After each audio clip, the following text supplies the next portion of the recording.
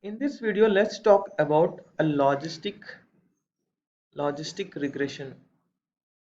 Let's see what we can solve with the help of logistic regression. First of all, it is a classification algorithm. Now, the examples of classification problem can be an email,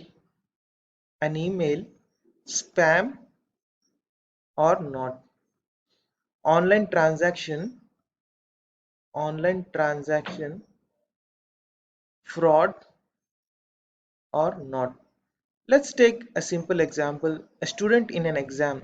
A student in an exam. Pass or fail. And remember one thing.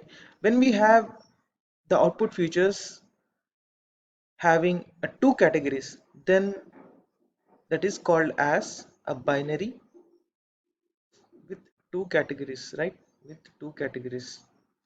Then that is called as a binary classification. Binary classification. Now, suppose if we have the categories more than two categories in the output feature, then it is called as multi multi-class classification. Multi-class classification. Right? Now let us assume we have a data set having a features number of play hours,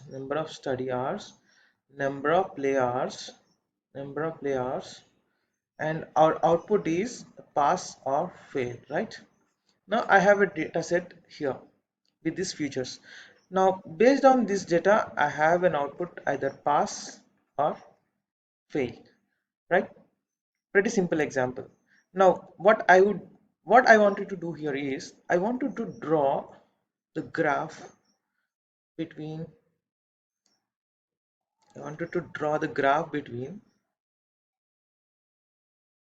number of study hours and the output. Here output will be discrete, either 1 or 0. 1 will be represented as pass and 0 will be represented as fail. And also I have something called 0.5 value here, which is 50% probability. Now let me just draw the scale here on the x-axis. Okay, I have this. Now let us assume that we have a data set for this graph. The students who have studied less than or equal to 4 hours have failed in an exam. I also have another set of data. The students who have studied more than 5 hours or equal to 5 hours up to 8 hours have passed in an exam, right? Now, for this problem statement, if I wanted to draw a regression line, it may go somewhere around like this. Let us assume this is my best fit line. Now, according to this line, I can just project my line like this. Okay. Now, suppose if I have got a new data here somewhere around between 3 to 4 hours. Now, if I wanted to project for the student who have studied between 3 to 4 hours, then I may get here somewhere around 35%. Let me just write my hypothesis. Let's say that h theta of x, let us not write here. Let's say that my h theta of x is less than zero point 0.5, then my result is equal to 0, which is fail. Now let's say that when my h theta of x is greater than or equal to zero point 0.5, then the result is 1, which will be pass here. Now 35% is coming under this hypothesis and saying that the result is fail. Suppose I have a new data set here, the student who is studying between 4 to 5 hours, then my probability can be 0.65, which is more than this hypothesis, and that and then my result will be pass here. So this is working pretty good, but by why it is having a problem here, why we are not using a why we are not using a linear regression here. Suppose, let us suppose that we have we have our new data set, somewhere here, okay. Now this is purely, the data is having purely outliers, right? Now if I wanted to draw a regression line, it may come somewhere around like this, right? It may come somewhere around like this. Now now now if I wanted to project this for 50%, now there is a huge variation. Now there is a huge variation when compared to this line. There is a huge variation here, right? Now now my data is having a problem here. Like with this data I may get some wrong prediction, because now suppose if I have a new data here, a student who has studied 6 hours, let us say the student who has studied 6 hours, then in that case I'm getting the result as 40%, right?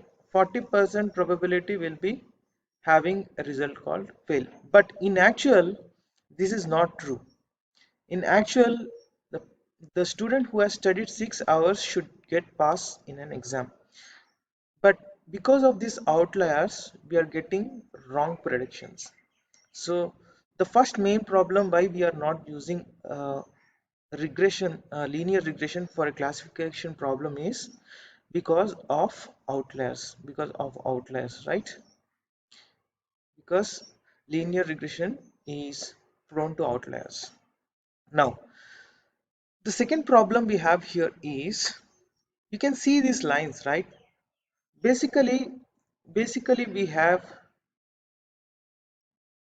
our output 0 to 1. Now something we get between this 0 to 1 by using a probabilistic approach. We're trying to say the output is pass or fail, but here the case is not like that. Here we are having the band beyond 1.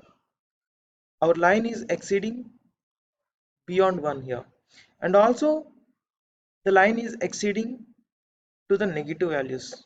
You can see here our line is also going on the downwards like this. Now this is another problem what we have.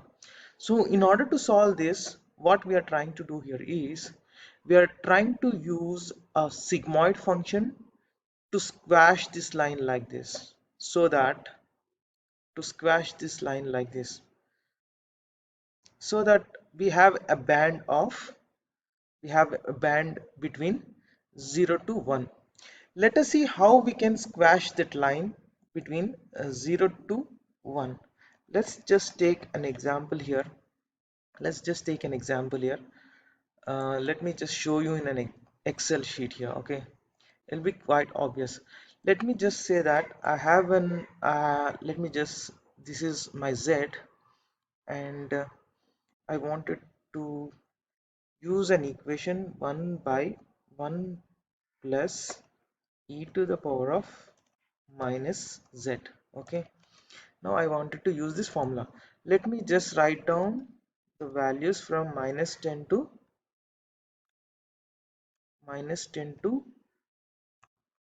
plus 10. Let me just drag all this data.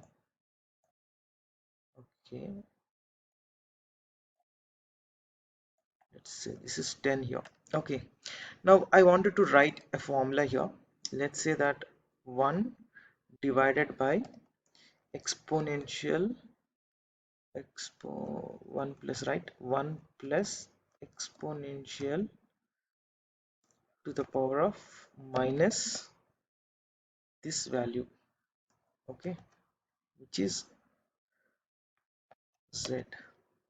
I just wanted to write here, it's not 2, it's z. Z. Okay, now I wanted to copy all this formula here. Let's plot a graph for this. Let's plot a graph for this. Let me just take a graph here. Say that, okay.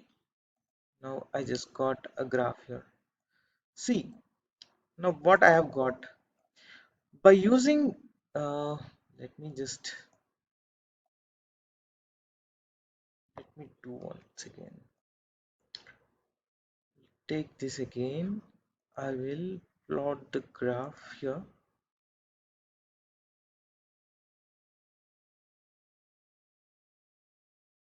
Okay, no problem. So it's not taking the Z value, but anyway, that's fine actually.